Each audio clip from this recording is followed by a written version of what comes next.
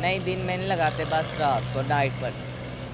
अच्छा, माशाल्लाह ईद पे भी काफ़ी रश होगा आपके पास, ठीक है, क्योंकि आम दिनों में इतना रश है तो ईद पे कितना रश होगा, ठीक है। तो चलें फिर नाज़रीन, मिलते हैं आपसे नेक्स्ट वीडियो में।